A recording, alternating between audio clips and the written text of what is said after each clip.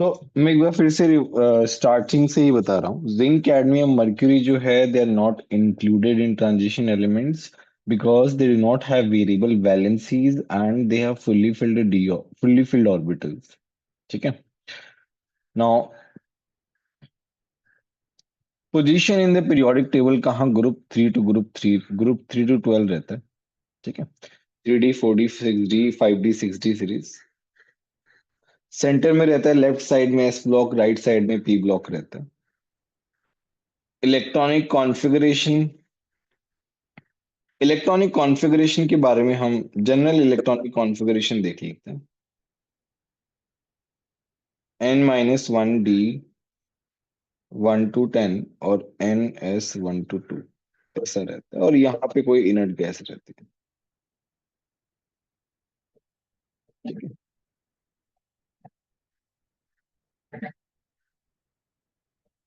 ये सारे एलिमेंट्स के बारे में हम डिस्कस करेंगे। अच्छा, यहाँ पे एक इम्पोर्टेंट इंफॉर्मेशन है। हाँ। देखो, क्रोमियम वाली जो सीरीज है वहां पे क्या होता है, उनका जैसे क्या होता है 4s1 3d5 होता है, ये एक्सेप्शन होता है। कॉपर का 4s1 3d10, सबका उसी तरीके से रहता है। ठीक है। अच्छा, यहाँ पे 6 ग्रुप, पीरियड नंबर 6 में लैंथेनम से हाफनियम के बीच में ये क्या बोलते हैं 14f एलिमेंट्स रहते हैं, और एक्टिनियम के बाद भी 14f एलिमेंट्स आते हैं।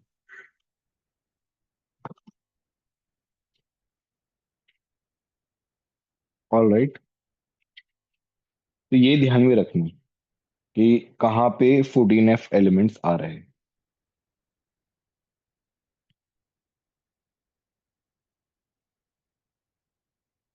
देखो, यहाँ पे लिखा भी है जो हमने डिस्कस किया था।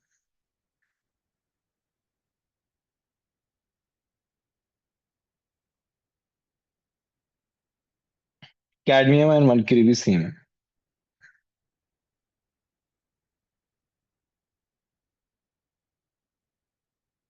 3D सीरीज का इस तरीके से रहता है, 4D सीरीज का इस तरीके से,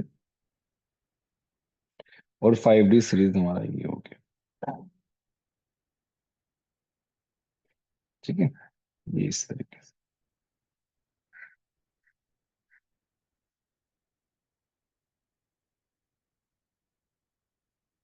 क्रोमियम एंड कॉपर का हमने डिस्कस कर लिया है यहाँ पे, इन सब के। ठीक है। आपको देखो, जो मैं हाईलाइट कर रहा हूँ उस पर ध्यान देना। पैलेडियम का क्या होता है, एक्सेप्शन होता है, उसमें होता है 4D 10 5s 0। तो ये ध्यान रखेंगे। रहोडियम का 4D 8 5s 1 होता है, ये एक्सेप्शन। टेक्नीशियम का 4D 6 5s 1। नायोबियम का 4D 4 5s 1। बट इन ये इतना ज्यादा पूछे नहीं जाते हैं। जो पूछे जाते हैं वो ही लिखते हैं, तो ऐसे तो बहुत सारे एक्सेप्शन आ गए।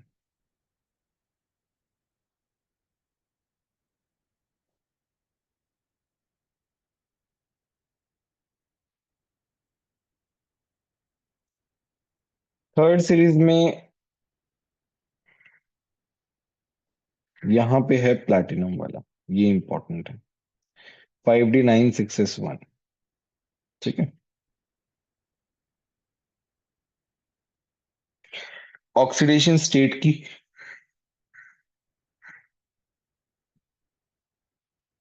ये scandium titanium vanadium chromium. Manganese के देखो कितने सारे ऑक्सीडेशन स्टेट है, ऑल्दो मैंगनीज 3D सीरीज में सबसे ज्यादा ऑक्सीडेशन स्टेट कैरी कर रहा है। ठीक है, ये सारे ऑक्सीडेशन स्टेट पॉसिबल है। जैसे जैसे बढ़ते जा रहे हैं तो यहाँ पे क्या हो रहा है, इंक्रीज कर रहा है, और फिर यहाँ पे क्या कर रहा है, डिक्रीज कर रहा है। ठीक है।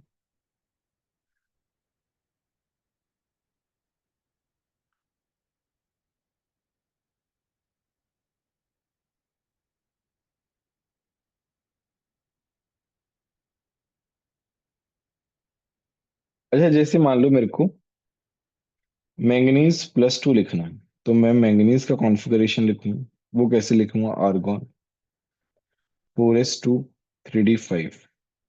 तो इसमें से दो इलेक्ट्रॉन निकाल दो तो 4 से जाएंगे क्योंकि वो आउटर शेल है। 3D से नहीं जाएंगे क्योंकि 3D जो है वो इनर शेल एक तरीके से। ठीक है, इस तरीके से जाएगा।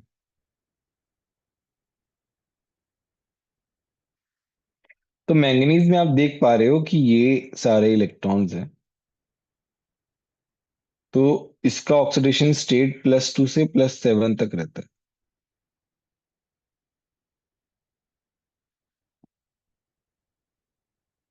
फिजिकल प्रॉपर्टीज डिस्कस करते हैं। All transition metals elements are metals and show properties that are characteristics of metals. They are hard, lustrous, malleable, ductile, and form alloys with other metals. They are good conductors of heat and electricity. Except zinc, cadmium, mercury, and manganese, all the other transition elements have one or more typical metallic structures. ठीक है। These transition metals are very hard इनके अलावा and have low volatility. Low volatility मतलब boiling point high रहता है। इसका मतलब क्या रहता है, boiling point high, high melting and boiling point. ठीक है। देखो यहाँ पे आप देख रहे हो इनका जो ट्रेंड है कि पहले तो इंक्रीज कर रहा है, देखो टाइटेनियम से क्रोमियम तक इंक्रीज किया। मैंगनीज में सडनली ड्रॉप होता है, एक्सेप्शन है बेटा ये। और फिर आयरन में इंक्रीज होता है, आयरन कोबाल्ट और निकल का ऑलमोस्ट सेम, फिर डिक्रीज कर, इस तरीके से रहता है। ये ट्रेंड आपको याद रखना है। ठीक है, मैंगनीज का सडनली ड्रॉप करता है, ये बेटा ध्यान में रखनी है वाली बात।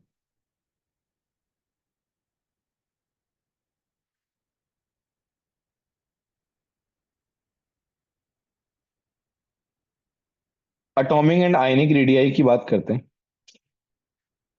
तो सीधा हम ग्राफ ही डिस्कस करते हैं।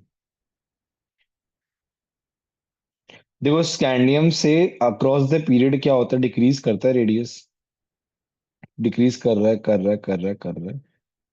आयरन कोबाल्ट और निकल का ऑलमोस्ट सेम रहता है क्योंकि according to Mendeleev's periodic table इन तीनों एलिमेंट्स को साथ में रखा था, अगर आपको याद हो तो।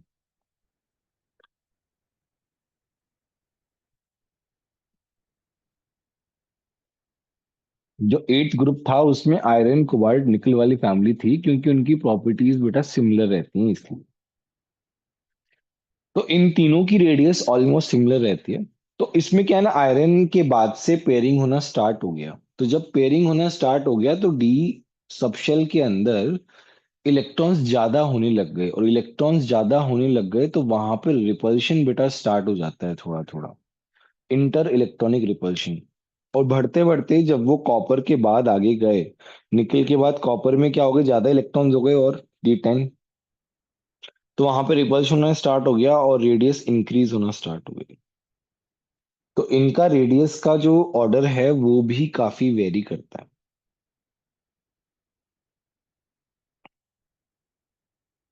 ठीक है।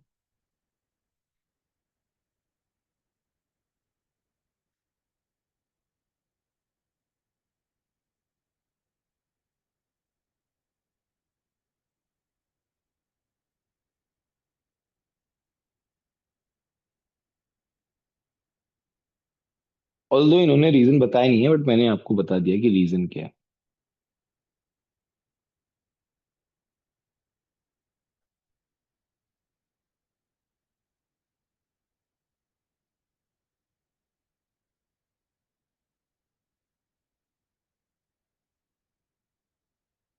देखो आयनाइजेशन एंथैल्पीज के बारे में हम डिस्कस कर सकते हैं। तो ionization enthalpy across the period increase करती है, तो ये बहुत ज्यादा इंक्रीमेंट तो नहीं बट इंक्रीज कर रही है कर रही है।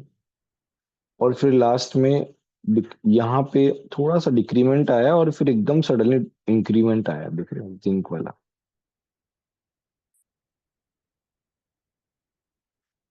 ठीक है। तो आयनाइजेशन एंथैल्पी के बारे में हम पढ़ते हैं। The ionization enthalpies of transition elements are intermediate between those of S block and P block. This suggests that transition elements are less electropositive than elements of group 1 and 2. Obviously, उसमें valency भी जो है मतलब इनकी ज्यादा रहती, ज्यादा valence electrons रहते हैं। They form ionic or covalent bonds. Generally, in the lower oxidation state, these elements form ionic compounds, while in higher oxidation state, they form covalent compounds. Ionization enthalpy is shown in table. ठीक है, देखो यहाँ पे titanium के बाद vanadium decrement हुआ है, फिर थोड़ा सा इंक्रीमेंट, फिर इंक्रीमेंट आयरन, थोड़ा सा अलग अजीब सा आयरन कोबाल्ट निकल का डिक्रीमेंट हुआ है, फिर कॉपर का बराबर, फिर जिंक में एकदम सडनली क्या हुआ था, इंक्रीमेंट हुआ था, आपने देखा था।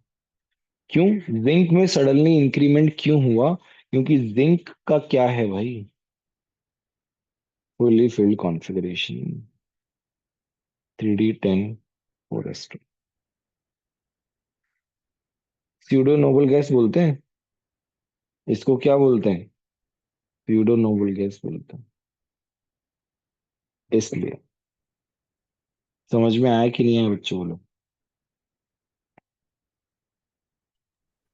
समझा sir. The atoms of elements of third transition series have filled 4f orbitals. 4f orbitals show poor shielding effect on account of the peculiar diffuse shape. As a result, the valence electrons experience greater nucleus। ये तो है lanthanoid contraction की बात कर रहा है कि जब 4f एलिमेंट्स बढ़ जाते हैं और उसके बाद जब डी में और आता है, जैसे हम यहाँ पे बात कर रहे थे,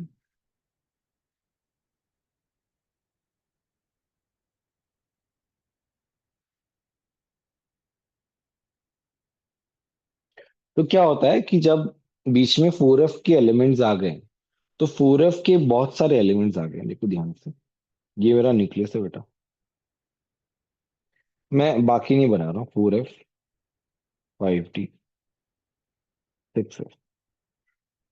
तो 4f में बेटा बहुत सारे इलेक्ट्रॉन्स आ गए,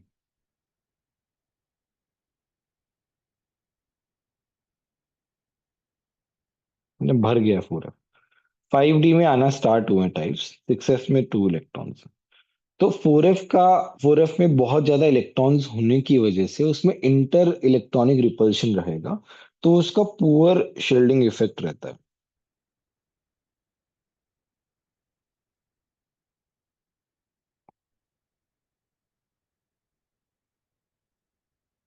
और पुअर शील्डिंग इफेक्ट होने की वजह से वो अच्छे से शील्ड नहीं कर पाता, है ना।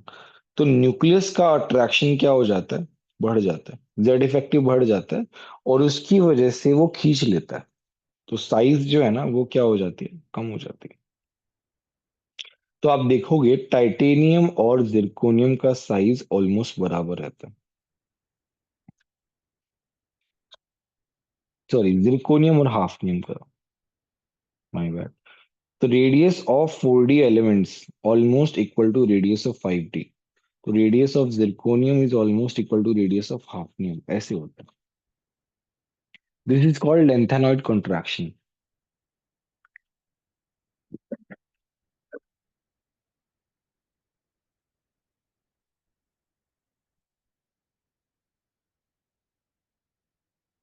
ठीक है, तो ये पूरी सीरीज में दिखेगा, मतलब ये यहाँ से जितनी भी सीरीज है ना, ये वाली, इन सब में क्या होता है, लेंथेनॉइड और एक्टिनॉइड कॉन्ट्रैक्शन रहता है, जिसकी वजह से उनकी साइज जो है वो 4d के बराबर होती है ऑलमोस्ट। साइज में बहुत ज्यादा डिफरेंस नहीं रहता, 4d 5d 6d में सिमिलर ही रहता है।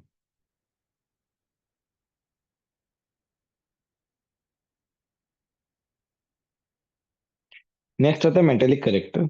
Low ionization enthalpies and vacant d orbitals in outermost shell are responsible for the metallic character. These favor the formation of metallic bonds, and thus these elements show typical metallic properties. Ionization enthalpies कम होने की वजह से electron जो है they can easily be removed, and because of that जो है इनका metallic character आता है।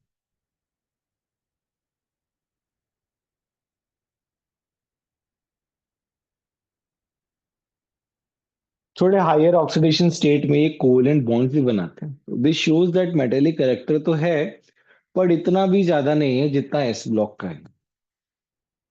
ठीक है। Nearly all transition elements have simple hexagonal close packing. Okay, CCP VCC ये सब होता है।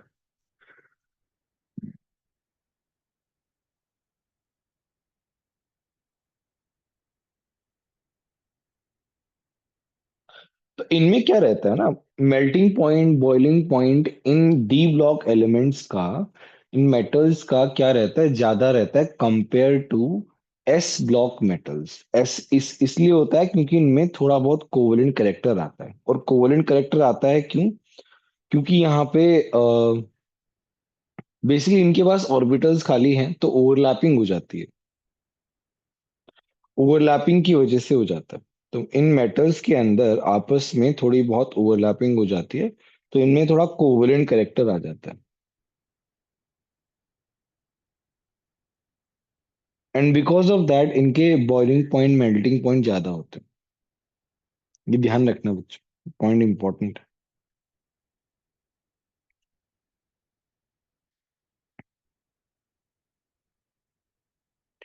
In all transition series, the melting points steadily increase up to D5 configuration. Chromium, molybdenum, and tungsten.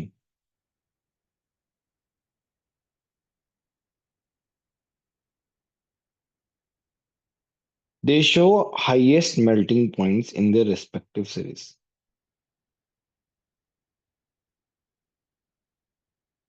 Very, very important point. Manganese and technetium display anomalous values of melting point. इनका decrease कर जाता है बहुत ज्यादा, हमने देखा था graph.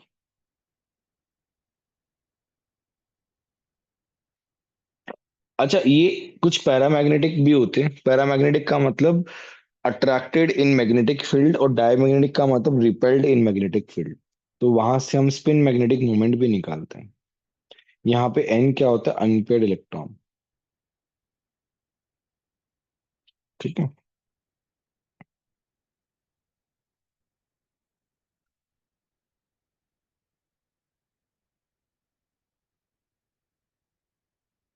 चलो, आप लोगों को निकालना है।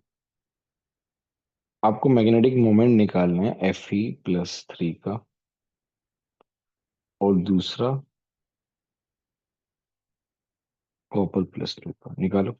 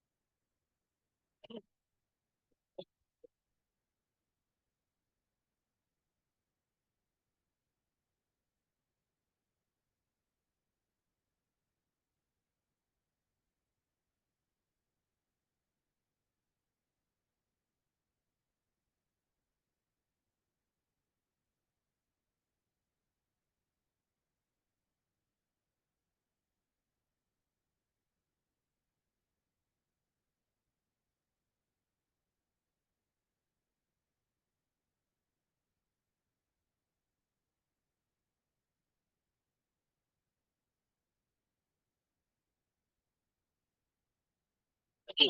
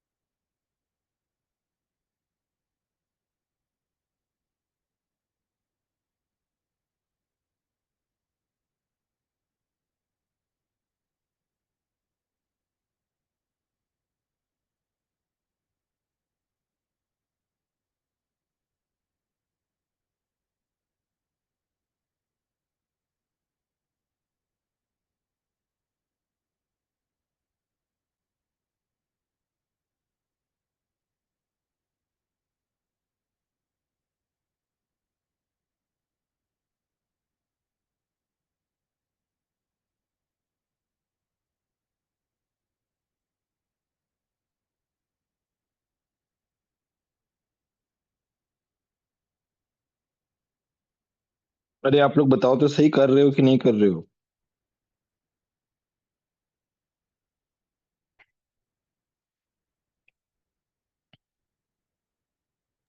सर आप ही बता दो।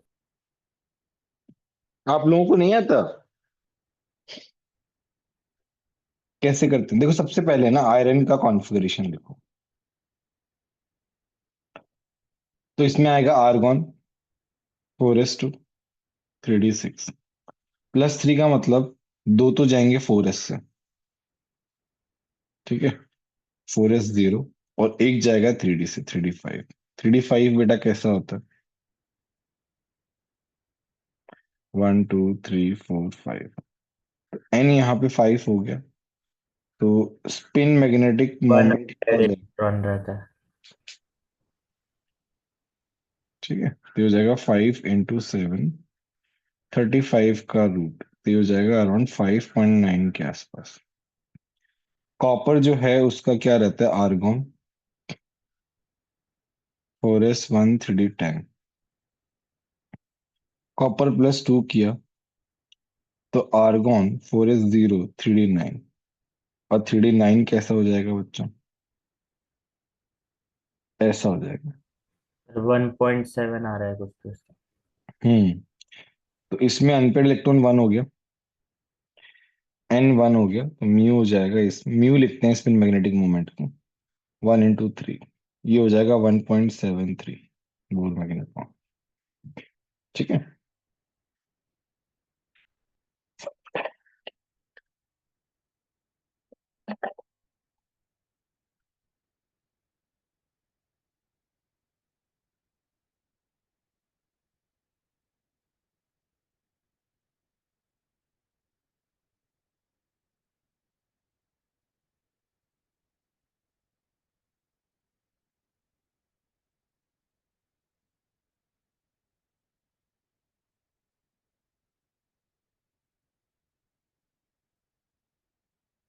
चलो,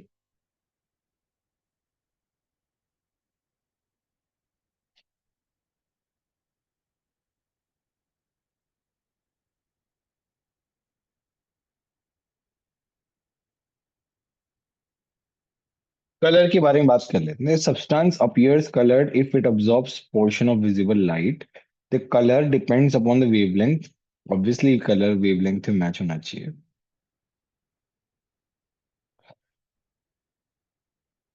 The ionic and covalent compounds formed by transition elements are colored, generally colored होते हैं क्योंकि उनके पास unpaired electrons होते हैं। Transition elements contain unpaired electrons in their d orbitals. When the atoms are free or isolated, the 5d orbitals are degenerate. तो इसमें क्या होता है कि जैसे कोऑर्डिनेशन कॉम्प्लेक्सेस के बारे में बताया, इन complexes The metal ion is surrounded by solvent molecules or ligands. The surrounding molecules affect the energy of d orbitals and their energy are no longer the same. ये हमने पढ़ा था कोऑर्डिनेशन कंपाउंड में, split हो जाता है। तो उसमें क्या होता है, कॉम्प्लेक्सेस में इस तरीके से बढ़ जाता है, यहाँ दो यहाँ तीन ऐसे। जैसे ये इलेक्ट्रॉन है, तो ये क्या करता है, ये यहाँ से ऊपर जाता है यहाँ पे। ठीक है। तो इसमें नॉर्मल प्रोसेस क्या होता है, इलेक्ट्रॉन जैसे यहाँ पे है तो वो एक्साइटेड स्टेट में गया यहाँ पे, और फिर जब वो वापस आता है तो एनर्जी रिलीज करता है, और उस रिलीज एनर्जी जो है उसको जब हम प्रिज्म से पास करते हैं तो हमें वो कलर दिखाई देता है। This is the basic concept. Coordination complexes में फिर डी ट्रांजिशन हो जाता है, एक डी से दूसरे डी में चला जाता है, इसलिए वहां पे क्या होता है, कलर शो होता है।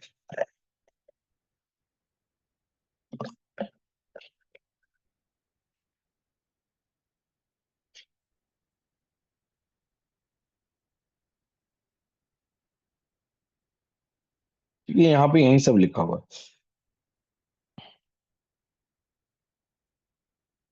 और कॉम्प्लीमेंट्री कलर का कॉन्सेप्ट आपको पता होगा शायद। देखो मैं बता देता हूँ। तो ये कॉम्प्लीमेंट्री कलर साइकिल होता है। तो जैसे मान लो वॉयलेट कलर का अब्जॉर्ब हुआ, है ना, ये एनर्जी वाला अब्जॉर्ब हुआ, तो आपको येलो जो है ना ये विजिबल होगा, ऐसा रहता है। This is called complementary colour cycle.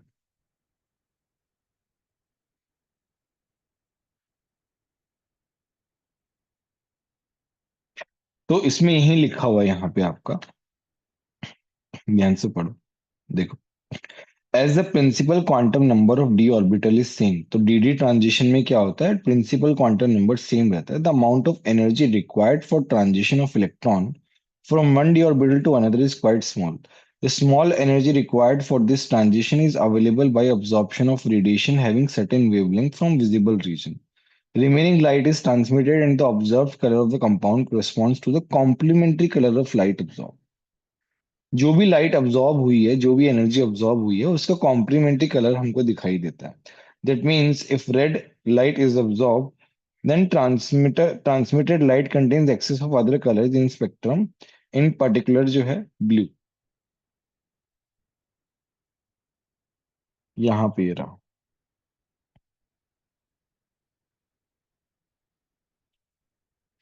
The ions having unpaired electrons are colorless, for example, ये सब colorless होते हैं।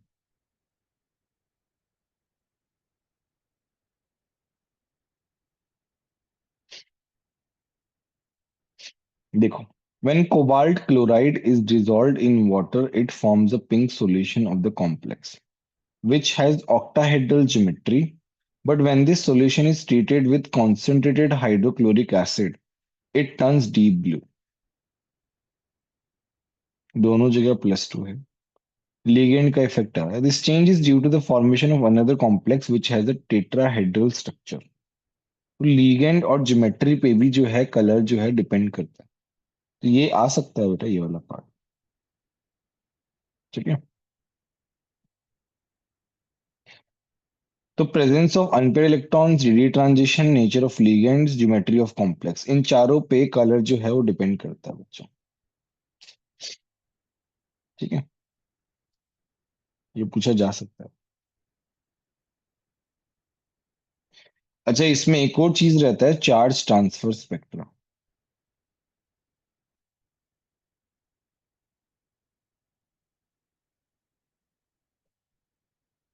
तो जैसे MnO4 माइनस का कलर क्या रहता है, पर्पल रहता है। तो Mn+2O2-, ये ऐसा रहता है। तो Mn2 प्लस, सॉरी Mn+7 है, सॉरी। इसमें क्या है ना, नो अनपेयर्ड इलेक्ट्रॉन होते हैं बेटा, कोई अनपेयर्ड इलेक्ट्रॉन नहीं होता है। और अनपेयर इलेक्ट्रॉन नहीं होने की वजह से कलर नहीं दिखाना चाहिए, बट फिर भी कलर दिखा रहा है। तो O2- अपना इलेक्ट्रॉन दे देता है। तो जब O2- अपना इलेक्ट्रॉन देगा तो ये क्या बन जाएगा, Mn+6। Mn+6 जो है वो कलर शो करता है। ठीक है। तो this is called charge transfer spectrum. इस पूरे पार्ट में बेटा यही बताया गया। तो बेटा ये जो है ना, ये कंपाउंड में हाईलाइट कर रहा हूँ, MnO4 माइनस। ये सारे के सारे क्या होते हैं, कलर शो करते हैं, चार्ज ट्रांसफर स्पेक्ट्रा से। वेरी वेरी इंपॉर्टेंट पार्ट बच्चों।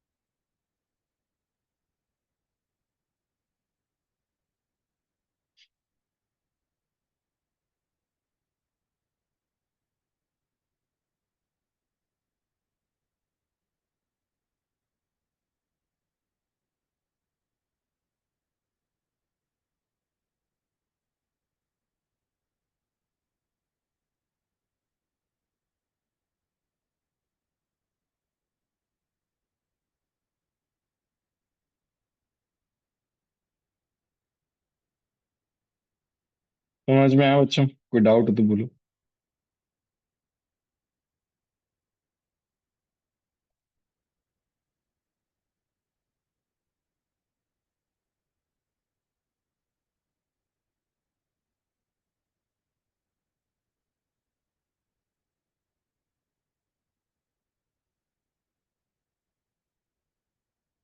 नेक्स्ट आता है catalytic property.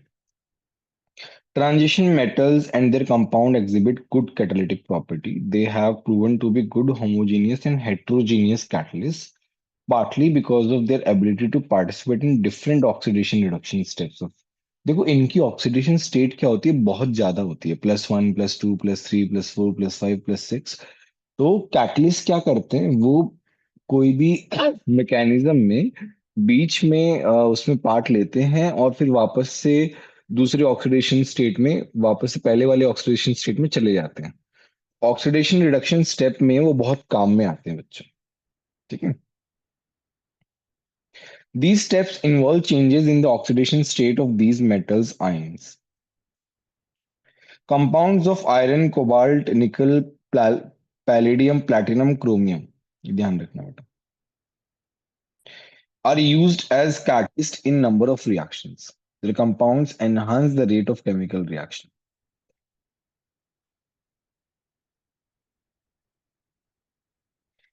In homogeneous catalysis reactions, the metal ions participate by forming unstable intermediates. Unstable intermediate बनाते हैं. In heterogeneous catalysis, the reaction on the other hand, metal provides the surface of the reactant to react. तो क्या होता है, जैसे अपन वो आपको याद हो तो कौन सा प्रोसेस होता है, C2H4 है, इसमें हम H2 गैस ऐड कर रहे हैं, पैलेडियम ले रहे हैं, तो यहाँ पे क्या होता है, C2H6 हो जाता है। तो ये जैसे पैलेडियम होता है, तो यहाँ पे बेटा H2 गैस आके जो क्या होती है, यहाँ पे आके अटैच हो जाती है लाइक दिस। तो ये उनको सरफेस एरिया प्रोवाइड करता है, तो ये मेटल, ठीक है, और ये गैस है। तो जब भी हेट्रोजीनियस फॉर्मेट में रहेगा ना बेटा, हेट्रोजीनियस फॉर्मेट में, तो वो बेटा सरफेस एरिया प्रोवाइड करेगा। और होमोजीनियस फॉर्मेट में रहेगा तो क्या होगा, अनस्टेबल इंटरमीडिएट बनाएगा। बेटा ये बहुत ही ज्यादा इंपॉर्टेंट, देखो इतना अच्छे से एक्सप्लेन कहीं नहीं किया हुआ जितना इस बुक में किया हुआ, कुछ कुछ चीजें। Very very important. MnO2 acts as a catalyst for the decomposition of KClO3। KClO3 का डिकम्पोजिशन रिएक्शन देखा हुआ है, KCl + O2, उसमें MnO2 लेते हैं। In the manufacture of ammonia, ammonia का मैन्युफैक्चर में मॉलिब्डेनम एंड आयरन रहते हैं। ठीक है। इस प्रोसेस में सिंथेसिस ऑफ गैसोलीन में कोबाल्ट थोरियम रहते हैं। और ये तो अभी अभी हमने पढ़ा, निकल भी लेते हैं इसमें। ठीक है, ये ध्यान रखना। Commercially, hydrogenation with nickel as catalyst is used to convert inedible oils into solid fat for the production of margarine. ये आपने वनस्पति घी वाला एग्जांपल देखा होगा, सैचुरेटेड फैट, अनसैचुरेटेड फैट। तो अनसैचुरेटेड को सैचुरेटेड में कन्वर्ट करते हैं। In the contact process of industrial production of sulfuric acid, the sulfur dioxide and oxygen form from the air react reversibly over a solid catalyst of platinized asbestos. यहाँ पे रहता है बेटा platinum. ठीक है, इस वाले प्रोसेस में भी रहता है। कार्बन डाइऑक्साइड प्लस वाटर, यहाँ पे आयरन क्रोमियम निकल, सॉरी आयरन क्रोमियम कैटलिस्ट रहता है। ये सब इंपॉर्टेंट है बेटा, ये वाला पार्ट भी, this part also. Formation of interstitial compound, interstitial compound क्या होते हैं कि जो स्मॉल एटम्स हैं जैसे हाइड्रोजन, कार्बन, नाइट्रोजन जो है, वो इंटरस्टिशियल स्पेसेस में आ जाते हैं। जैसे मान लो मेरे पास आयरन है, ये आयरन का बेटा क्रिस्टल है इस तरीके से।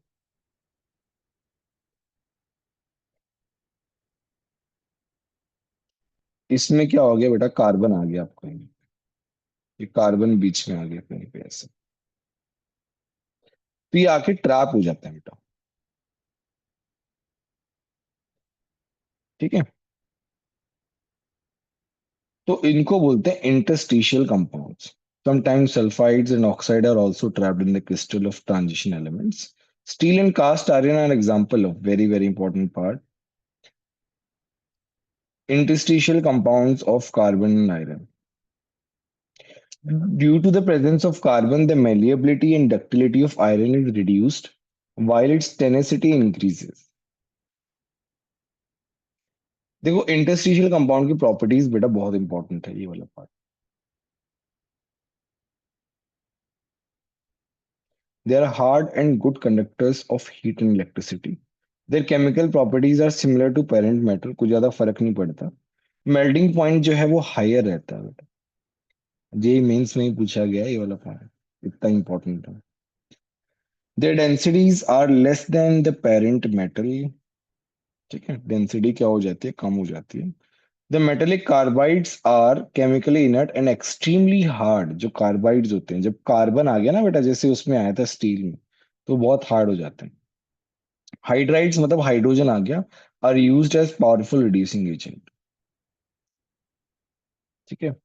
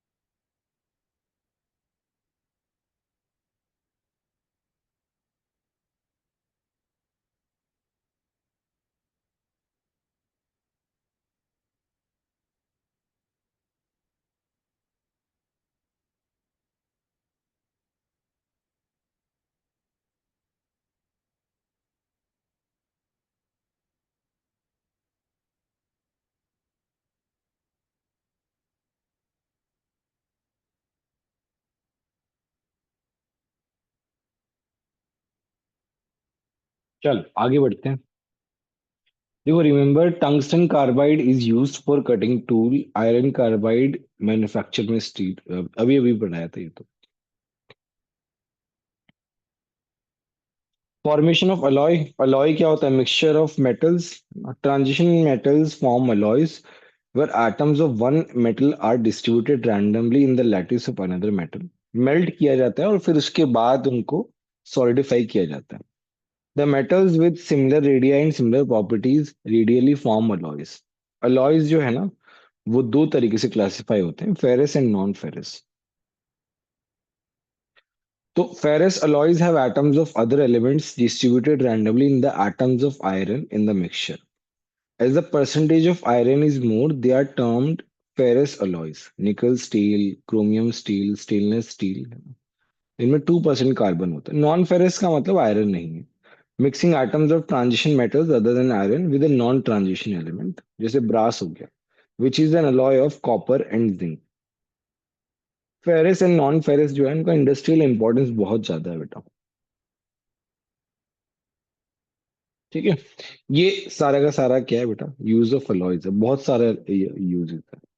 अब हम जाते हैं सीधा compounds of manganese and chromium. सबसे ज्यादा इंपॉर्टेंट KMnO4 एंड K2Cr2 दोनों के दोनों क्या हैं, स्ट्रॉन्ग ऑक्सीडाइजिंग एजेंट है। क्यों होते हैं ऑक्सीडाइजिंग एजेंट ये, बोलो बच्चों, व्हाट इज द रीजन।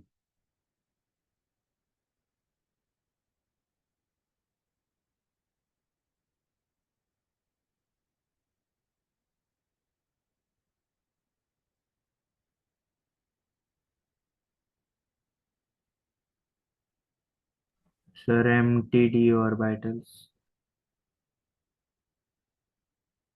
ये रीजन कैसे होगा बेटा।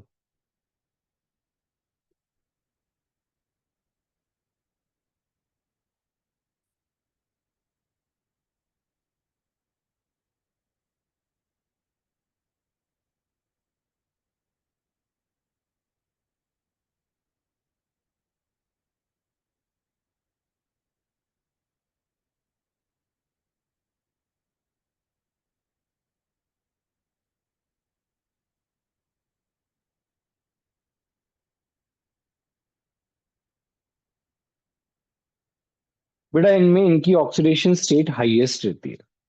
KMnO4 में मैंगनीज की ऑक्सीडेशन स्टेट बेटा हाईएस्ट रहती है। तो हाईएस्ट होने की वजह से अब वो और ज्यादा तो ऑक्सीडाइज हो नहीं सकता, तो वो क्या करेगा, वो अब रिड्यूस ही हो सकता है। There is only one option, that's why वो खुद रिड्यूस होना चाहता है और दूसरों को क्या करेगा, ऑक्सीडाइज करेगा। That's why same case chromium में highest oxidation state. Anyway, now preparation of KMnO4 देखते हैं। तो इसमें क्या होता है बेटा, MnO2 जो है ना पायरोलुसाइड और रहता है, तो वो KOH के साथ रिएक्ट करता है, KClO3, और K2MnO4 बनता है, यहाँ +6 होता है बेटा, ये +4। और फिर उसके बाद K2MnO4 जो है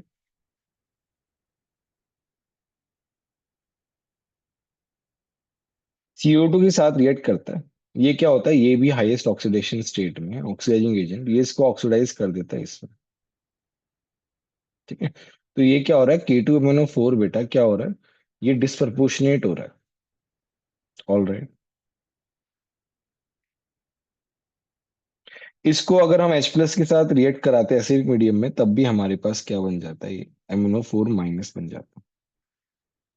the liquid is filtered through glass wool sintered glass. ठीक है। ये मेनली रिएक्शंस जो हैं दे आर इंपॉर्टेंट, रिएक्शन थोड़ा ध्यान रखना।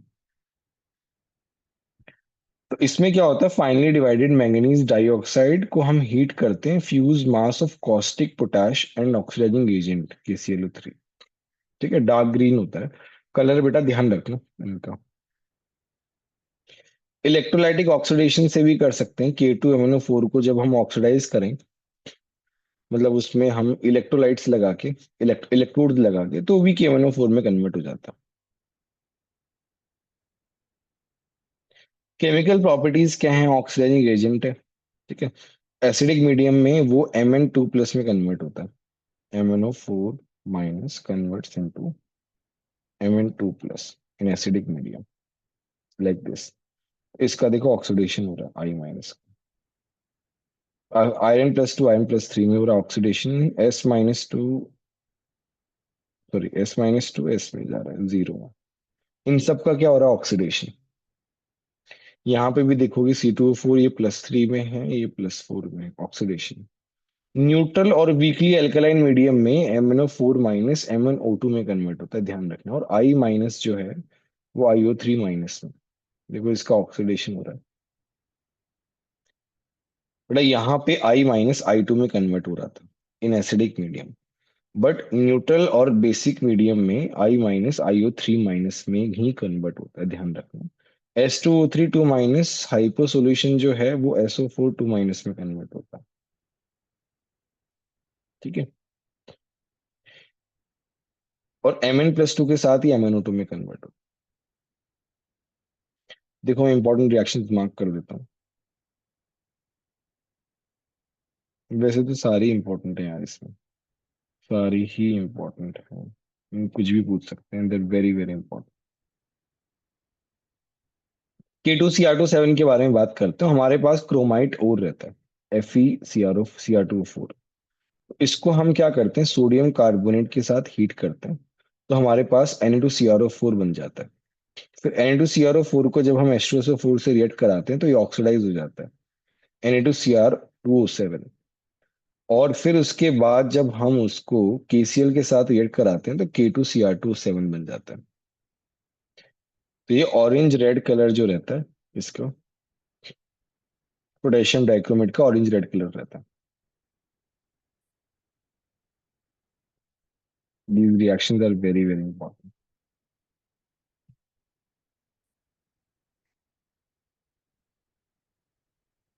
ये भी ऑक्सीडाइजिंग एजेंट की तरह रहता है, जैसे यहाँ पे K2Cr2 7 है, I - 1 को जीरो में कन्वर्ट हो रहा है।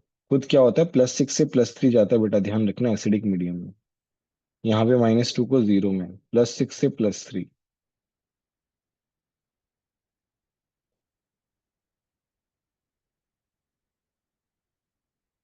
तो ये पेल येलो प्रेसिपिटेट होता है बेटा, सल्फर का।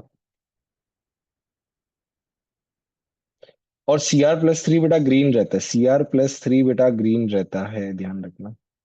Cr+3 जो है ना वो ग्रीन कलर का रहता है।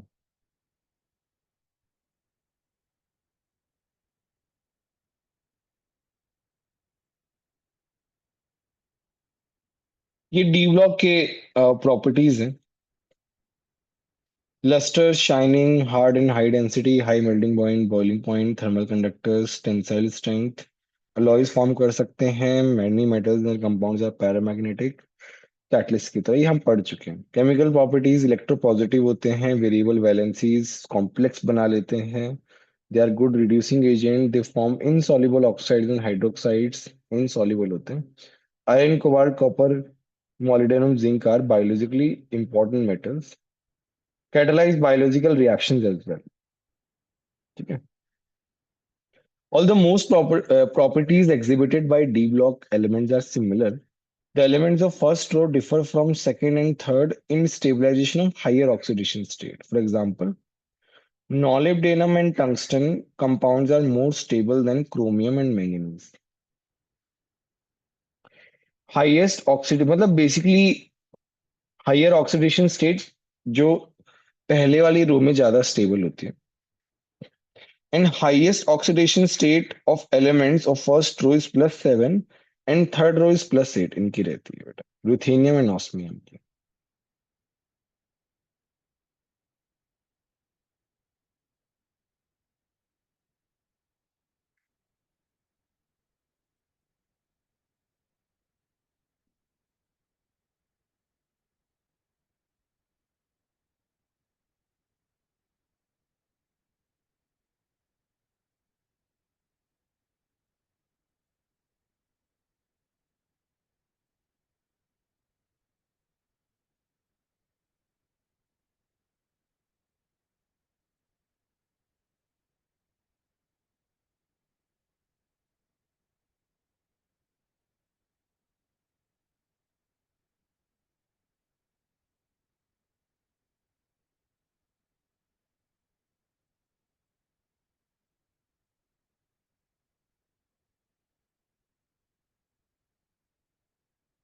मैं कुछ क्वेश्चंस कराता हूँ बेटा, सीईटी के PYQs।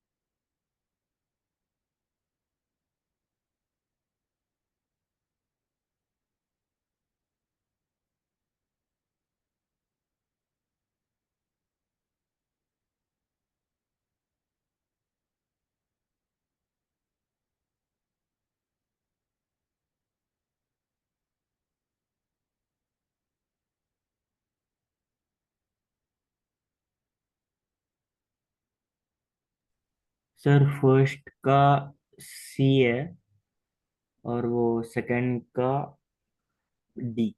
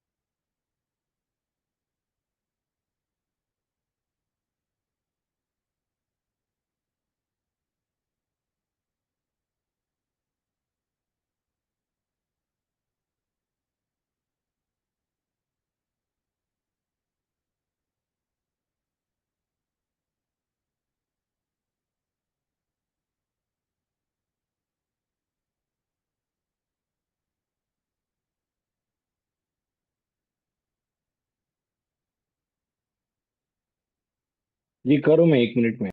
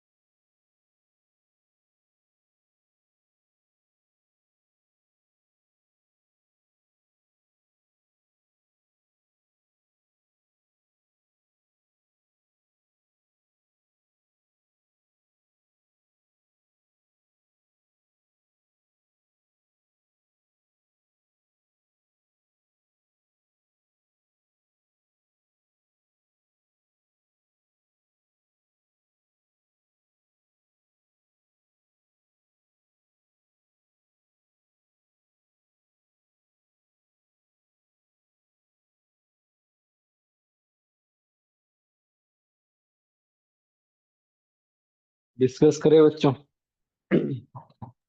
हाँ सर।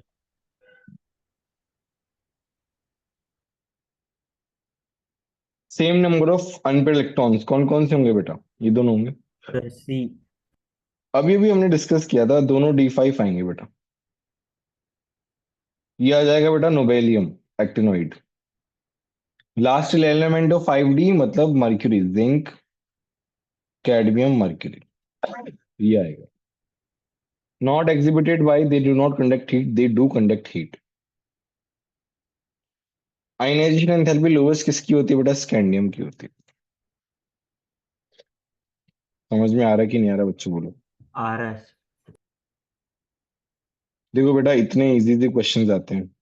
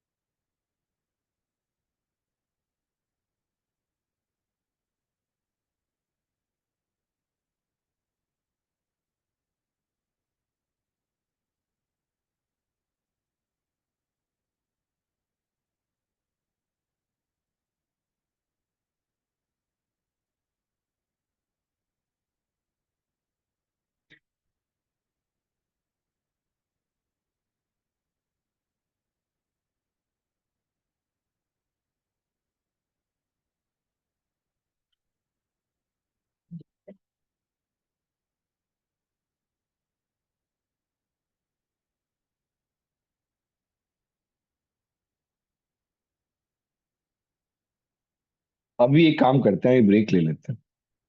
ब्रेक के बाद हम एफ ब्लॉक एलिमेंट्स पढ़ेंगे।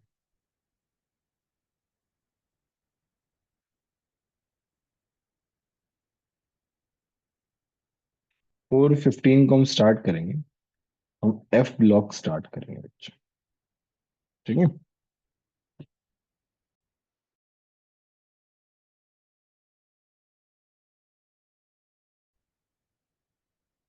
नेक्स्ट आता है बच्चों इनर ट्रांजिशन एलिमेंट्स या F block elements, lantanoids and actinoids.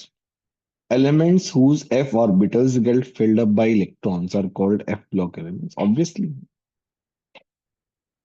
these elements are placed separately at the bottom of the periodic table. ठीक है, 6 and 7 periods के सबसेट होते हैं।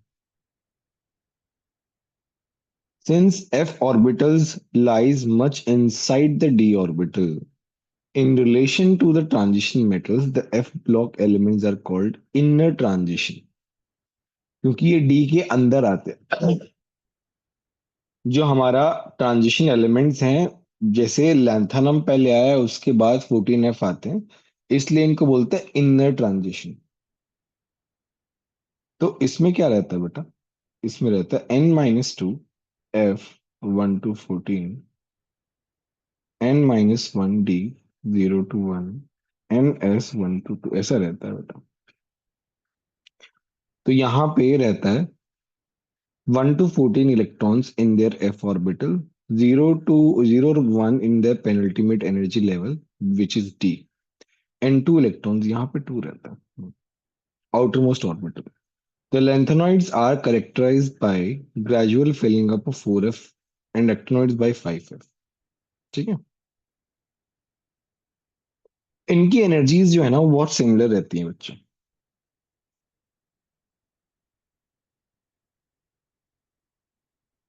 Properties are similar to F block, sorry, D block elements. Elements, electrons are added in n-2 level. Anti-penultimate shell बोलते हैं बेटा इसको। It is placed between n-1 d and ns block elements. अभी अभी हमने देखा ही था। इनको हम रेयर अर्थ एलिमेंट्स बोलते हैं। They are fairly abundant in Earth's crust. For example, thallium is found more in abundance than silver. The name rare earth elements was coined because of difficulty in extracting. बेटा इनके जो oxides होते हैं ना वो काफी मिक्स्ड होते हैं, तो उनको एक्सट्रैक्ट करना बहुत डिफिकल्ट होता है।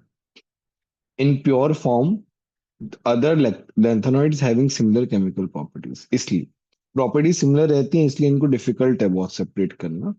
Now, due to newer separation methods like ion exchange reagents and separation of these elements has become easier. अब ये हो गया है, पहले बहुत डिफिकल्ट था बेटा। ठीक है। That's why they are called rare earth elements.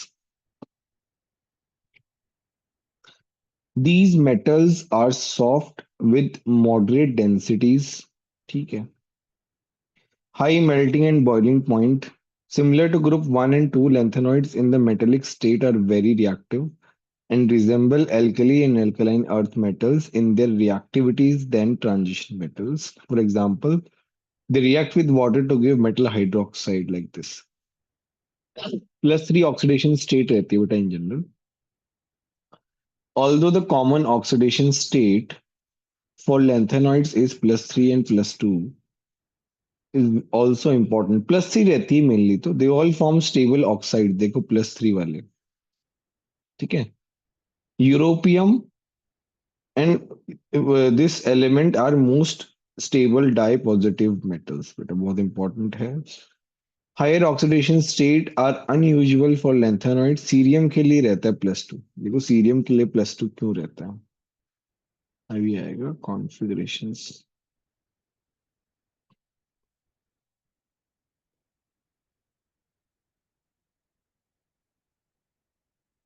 बेटा सीरियम का कॉन्फ़िगरेशन कैसा रहता है?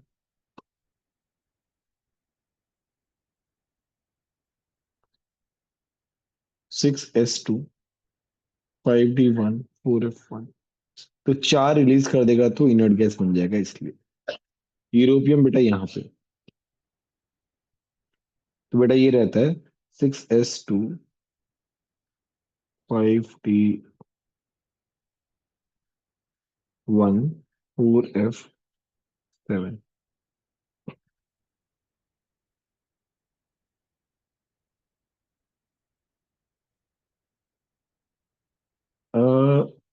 ये जीरो रहता है, सॉरी, ऐसा रहता है। तो ये दो इलेक्ट्रॉन रिलीज कर देगा तो हाफ फील्ड बन जाएगा, इसलिए इसका एक्सेप्शन होता है इलेक्ट्रॉनिक कॉन्फ़िगरेशन, इसलिए इसका +2 रहता है। इसका भी सिमिलर है बेटा वाई बी का। It is like copper chromium type है बेटा ये। तो इनका +2 ज्यादातर स्टेबल रहता है।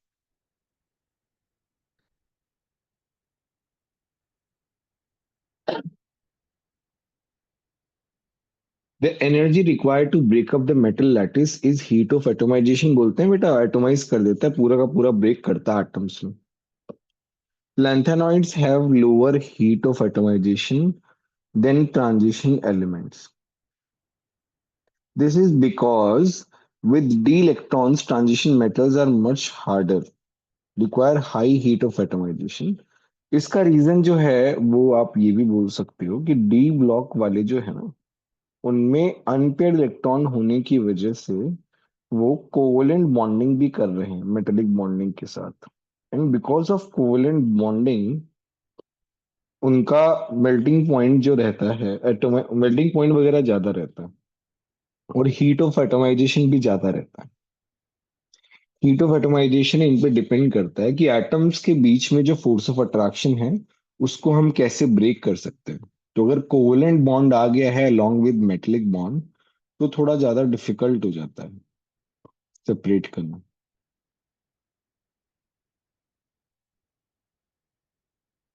समझ में आया?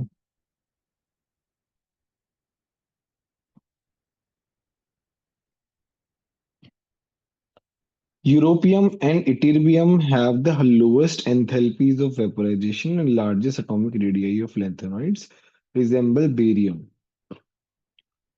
These two elements resemble alkaline earth element. They dissolve in liquid ammonia to give blue conducting solution. आपको याद हो तो एस ब्लॉक में पढ़ा था हमने कि alkaline earth metals जो हैं वो अमोनिया में क्या होते हैं, ब्लू कलर सॉल्यूशन देते हैं। Their ionic radii decreases from 117 picometer of lanthanum to 100 picometer for lutetium. ठीक है।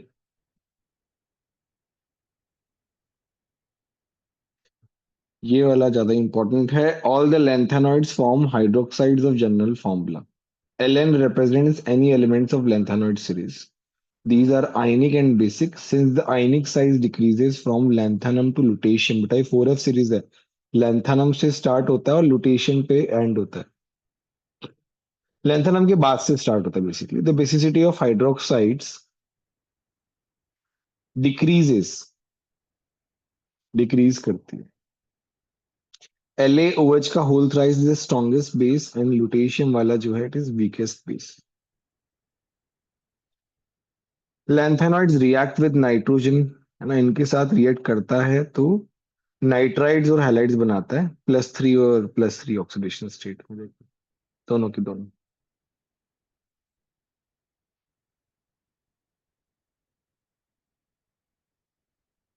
लैंथेनॉइड्स जो हैं वो उनको हीट किया जाता है at elevated temperatures with carbon, the carbides with general formula LnC2, ऐसा रहता है। यहाँ से बेटा क्वेश्चन आ सकता है आपको।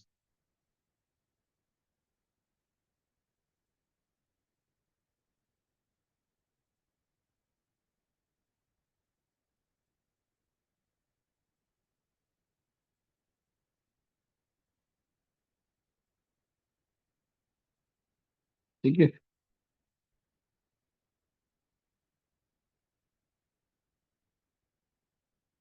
+3 में कलर होते हैं बेटा, ये कलर्ड होते हैं। प्रॉपर्टीज, ठीक है, ये except promethium all are non radioactive, सब नॉन रेडियो एक्टिव होते हैं।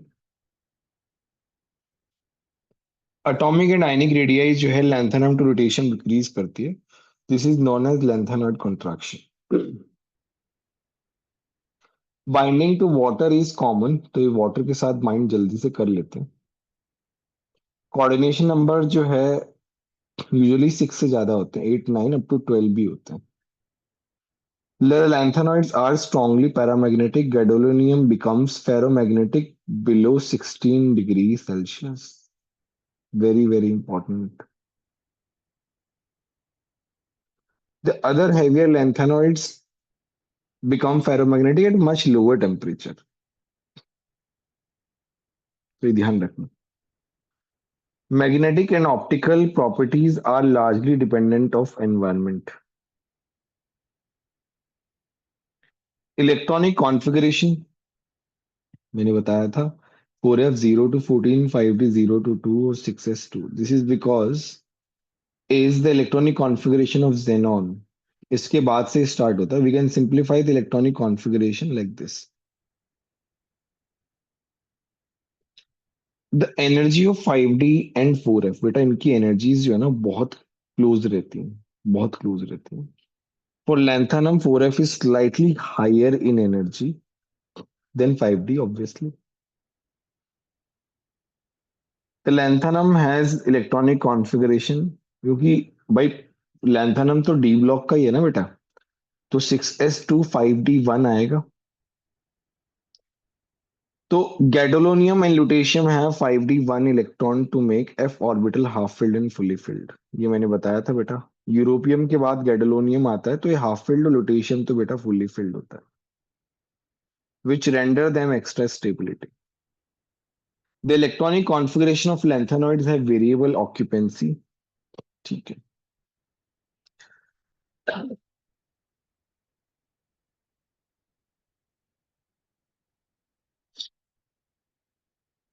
देखो आयनाइजेशन एंथैल्पी आप देखोगे ना तो ऑलमोस्ट सिमिलर है सब.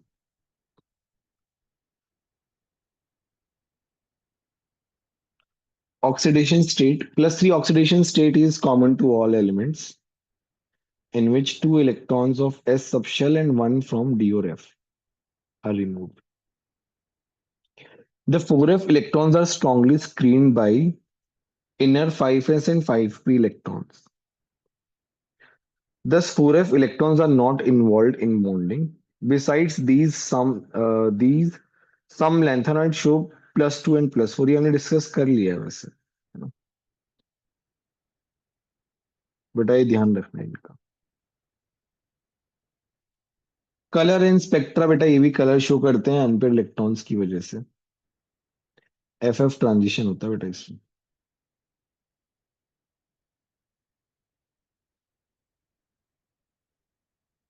Decrease in atomic and ionic radii ये भी हमने देख लिया था लेंथन एंड कॉन्ट्रैक्शन की वजह से.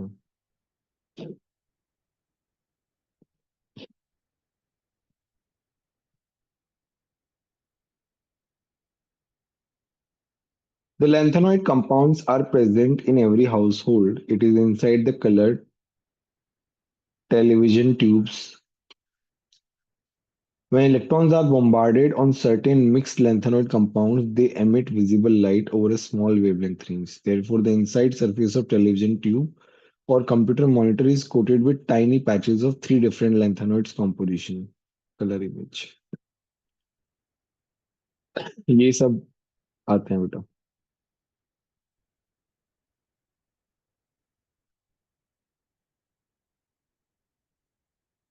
For example, mixed oxide of europium and deuterium release an intense red color when bombarded with high energy electrons.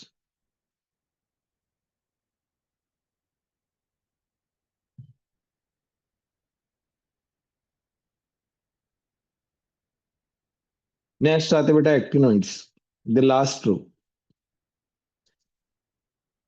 It begins at thorium. Thorium से start होती है and it ends at lawrencium. ये बेटा 92 है. 90 से स्टार्ट होता है बेटा थोरियम. तो गलत क्यों लिखा हुआ है यार यहाँ. 90 है बेटा ये. थोरियम से स्टार्ट होता है. They all are radioactive बेटा. ये सभी को पता होगा वैसे. And man made. The half life of the isotopes, ठीक है, याद नहीं करना. ये बेटा रॉक्स वगैरह में रहते हैं. Thorium and uranium, the long lived isotope such as thorium, protactinium, uranium. ठीक है, अपने कोई काम का नहीं बीच में। Unlike lanthanoids they exhibit range of oxidation state +2 to +8।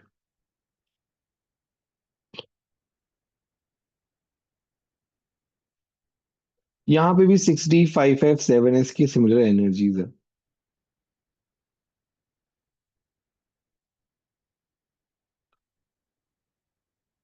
The general electronic configuration बेटा सेम है, जैसा 4f में था वैसा ही यहाँ पे, बस एक एक बढ़ा दिया। रेडॉन जो है वो अपना इनर्ट गैस है। मोस्ट स्टेबल ऑक्सीडेशन स्टेट +3 है बेटा।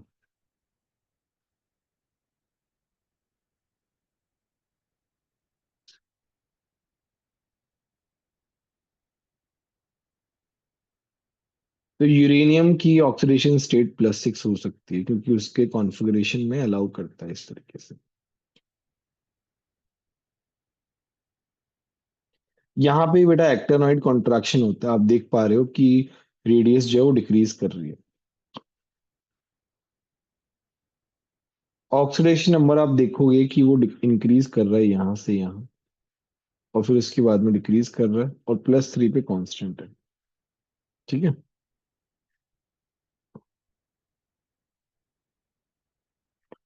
प्रॉपर्टीज सिमिलर होती हैं बेटा, silvery white in colour, they are highly reactive.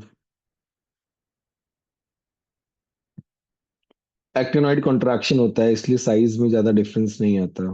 +3 oxidation state है।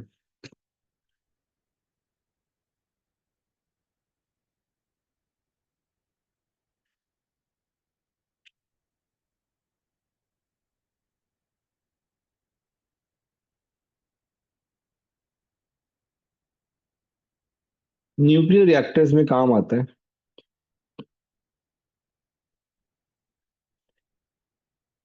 ये बेटा एक छोटा सा यहाँ पे, थोरियम का इलेक्ट्रॉनिक कॉन्फ़िगरेशन थोड़ा अजीब सा है बेटा, तो ये ध्यान रखना, 5f में एक भी इलेक्ट्रॉन नहीं है, बट फिर भी क्या होता है, ये f में आता है। यूरेनियम का ध्यान में रखना इलेक्ट्रॉनिक कॉन्फ़िगरेशन। देखो बेटा ये 5f7 आ गया, 5f7 आ गया 61। ये क्रोमियम जैसा है, अमेरिशियम वाला। ठीक है। फिर यहाँ पे अगेन नोबेलियम जो है वो, बड़ा इनका इलेक्ट्रॉनिक कॉन्फ़िगरेशन, इनके एलिमेंट्स के नाम सब ध्यान में रखने बेटा, इनके ज्यादा चांस है पूछने के।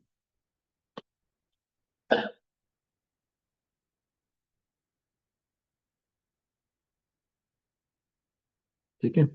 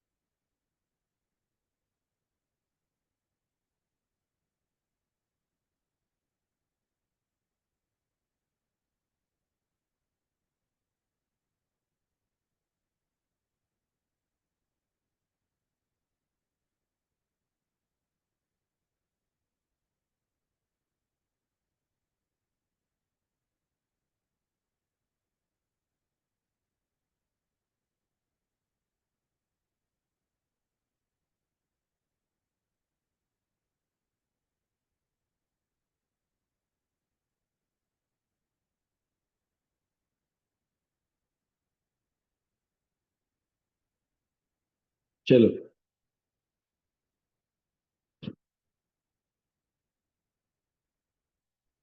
जो यूरेनियम से ज्यादा जिनका इलेक्ट्रॉनिक सॉरी एटॉमिक नंबर होता है, उनको ट्रांस यूरेनियम बोलते हैं। Elements from atomic number 23 to 103 are included in actinoid series are called post actinoid elements, जो उसके बाद वाले होते हैं। ट्रांजिशन मेटल्स बोलते हैं, they are included as post actinoids because similar to actinoid element they can be synthesised in the nuclear reactions. ठीक है।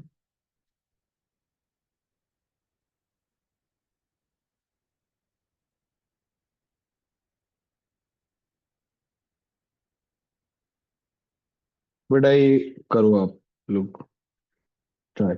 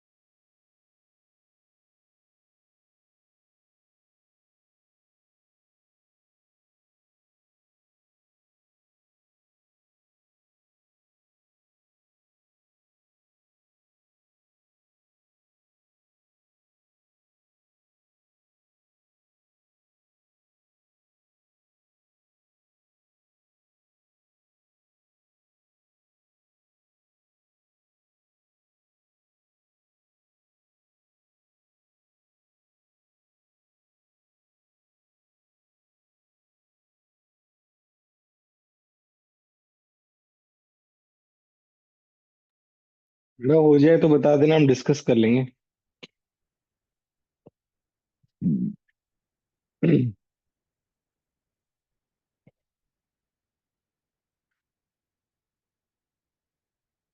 विच of the following is diamagnetic? कौन सा होगा बेटा डायमैग्नेटिक? स्कैंडियम होगा। देखो स्कैंडियम जो है वो क्या रहता है, आर्गॉन, 4s2 3d1।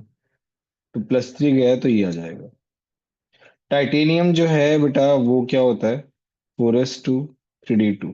तो +4 उसका ऑक्सीडेशन स्टेट हो गया, स्टेबल। नाइक्रोम में निकल एंड क्रोमियम रहता है 80-20%। रुथेनियम जो है +8 में रहता है, अपन ने पढ़ा था। क्रोमियम जो है वो बेटा 4s1 3d5 रहता है। तो जब वो क्रोमियम +3 बनता है तो वो बनेगा 3d3, है ना, D3। तो बेटा ये हो जाएगा T2G1 1 1। तो ये एक स्टेबल आता है, और पूरा का पूरा चला जाएगा तो Cr+6, तो +3 +6। कॉपर एंड कॉपर +1, कॉपर का तो अभी अभी अपन ने देखा, ये हो जाएगा बेटा कॉपर कॉपर +1। D0S0 मतलब सब निकल गया, तो अभी अभी देखा था। सारे के सारे हो जाएंगे बेटा, स्केंडियम टाइटेनियम वेनेडियम। +3 में 0, +4 में 0, +5 में 0। देखो ध्यान रखना, जब भी मैग्नेटिक मोमेंट दिया हुआ हो तो उसका इंटीग्रल पार्ट ही n होता है। तो ये आ जाएगा। The in which of the following series all the elements are radioactive actinoids में, अपन ने पढ़ा था अभी अभी। Contain only paramagnetic ions. तो बेटा ये रहता है सीरियम, यूरोपियम, इटेरिबियम। आप चाहो तो देख सकते हैं।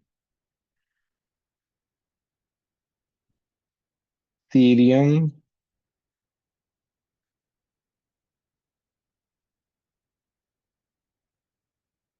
+3 देखो, सीरियम है unpair electron, europium unpair electron, ytterbium unpair electron, सभी में रहेंगे। ठीक है बच्चों, ये वाला करो।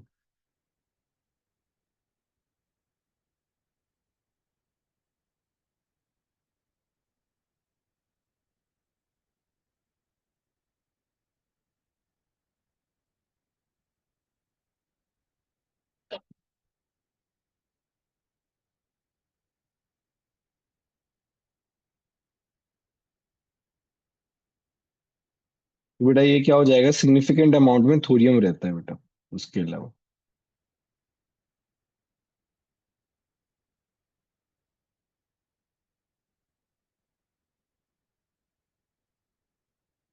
कुछ क्वेश्चन दे रहा हूँ बेटा, MHCET वाले।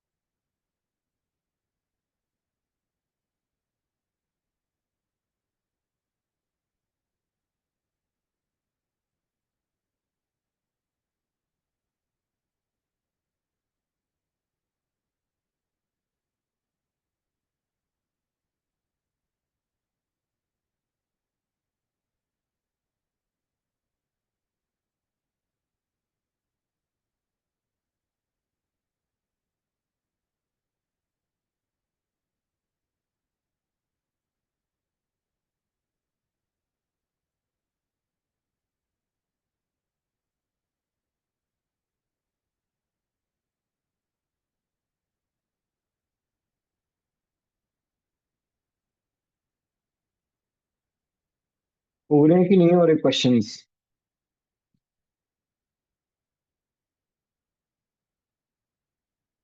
बोलो बच्चों। हो गए सर।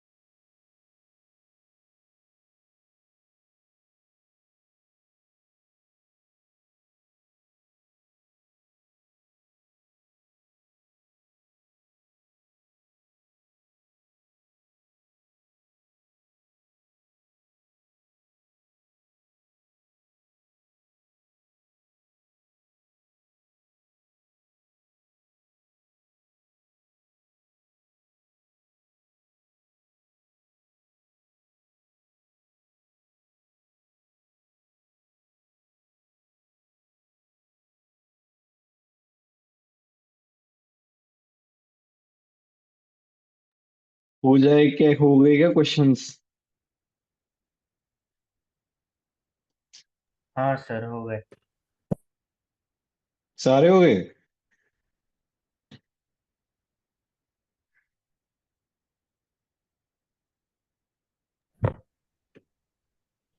मतलब ट्राई किया है सर सारे। अरे सारे ट्राई कर लिए? ओके।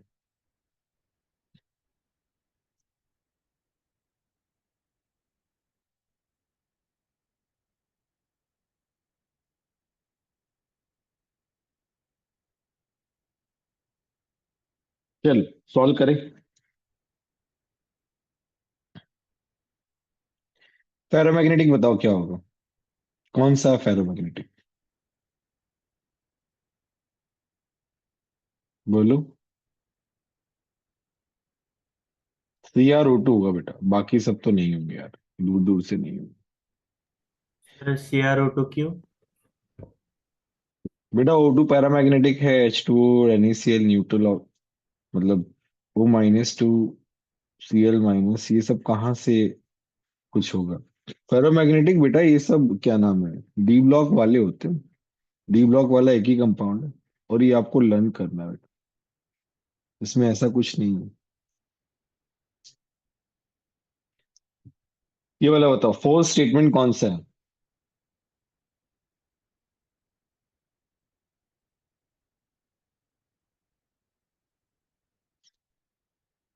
5D सीरीज बेटा, 5D सीरीज में लैंथनम से स्टार्ट नहीं होता बेटा।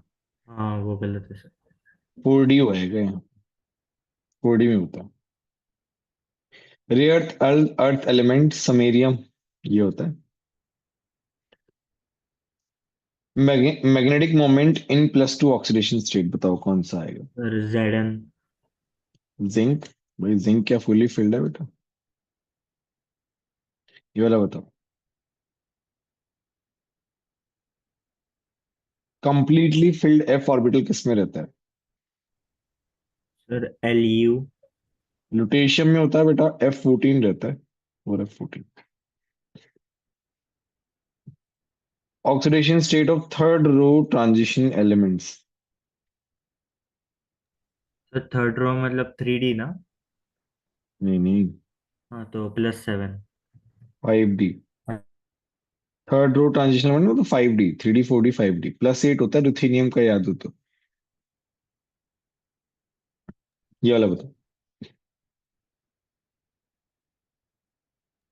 Sir C। कोऑर्डिनेशन नंबर 6 के ज्यादा ही रहता है, अपन ने पढ़ा था।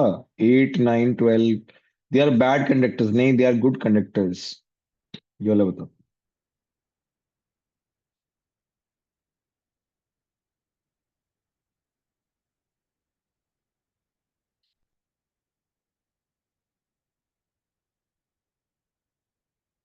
हाफ फिल्ड ऑर्बिटल बेटा, गैलोडोनियम का होता है बेटा F7, हाफ फील्ड होता है ग्राउंड स्टेट में। कलर्ड कंपाउंड कौन सा होगा बेटा? Sir FeC। हम्म 3D6, unpaired electron, 4 unpaired electron.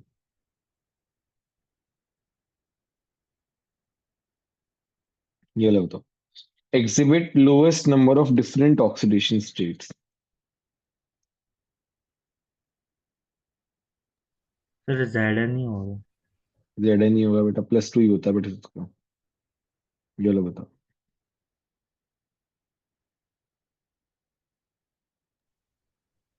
Sir MnNO2।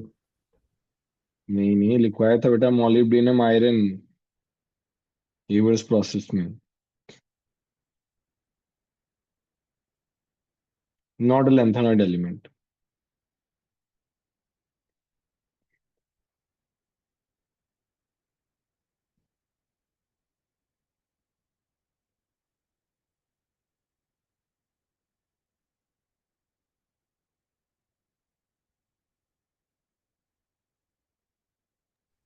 Sir Er।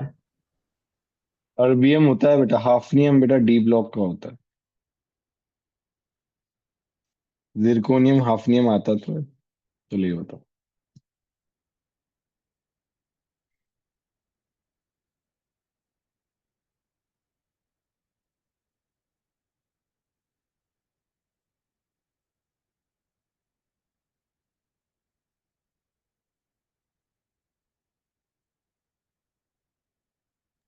Sir zero.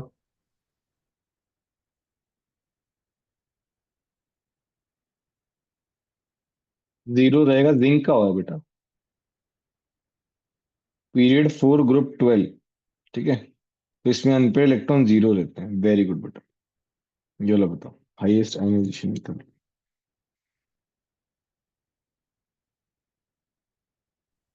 Zinc.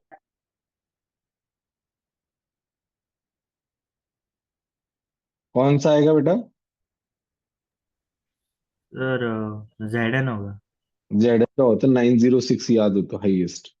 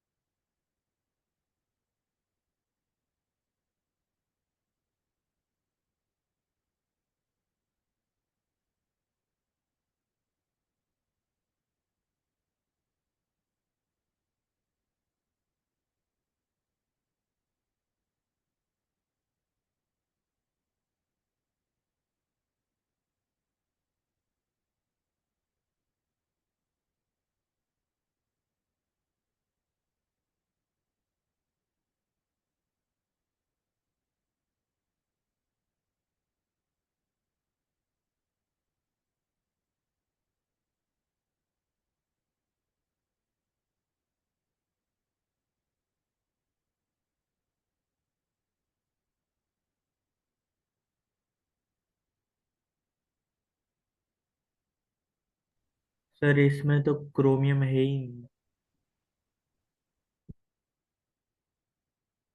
बेटा वो CrO2 था।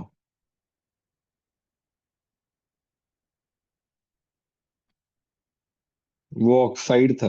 ये अलग है बेटा। आप नहीं मिल रहा तो आप देखो ना बुक में से। मैग्नीज। तो आप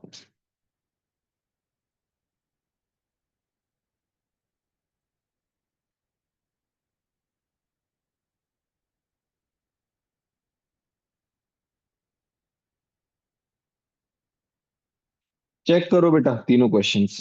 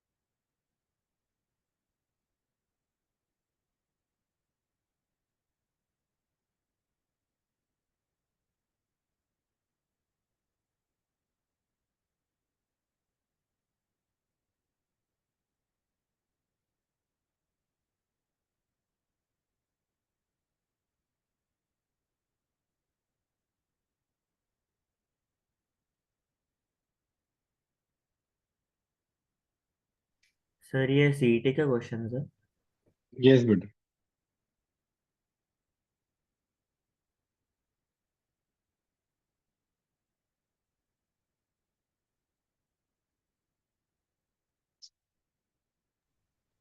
सर हो गया।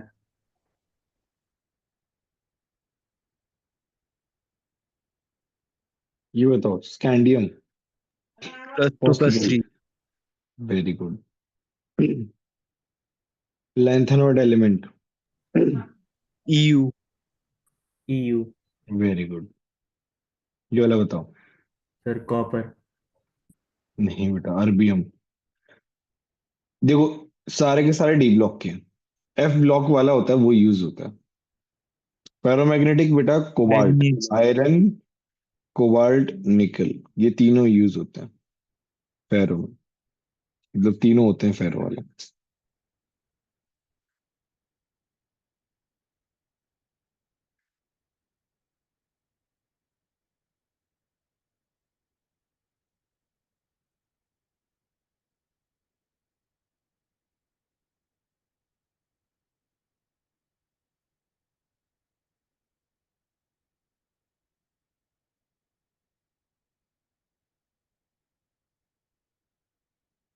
तो हमने काफी सारे प्रॉब्लम्स कर लिए बेटा सीईटी वगैरह के, है ना? और किसी को कुछ पूछना है तो बताओ।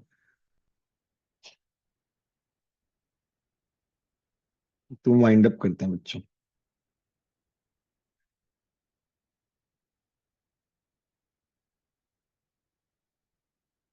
वाइंड अप करें। हाँ सर, चलेगा। ऑल राइट बच्चों, बाय एवरीवन।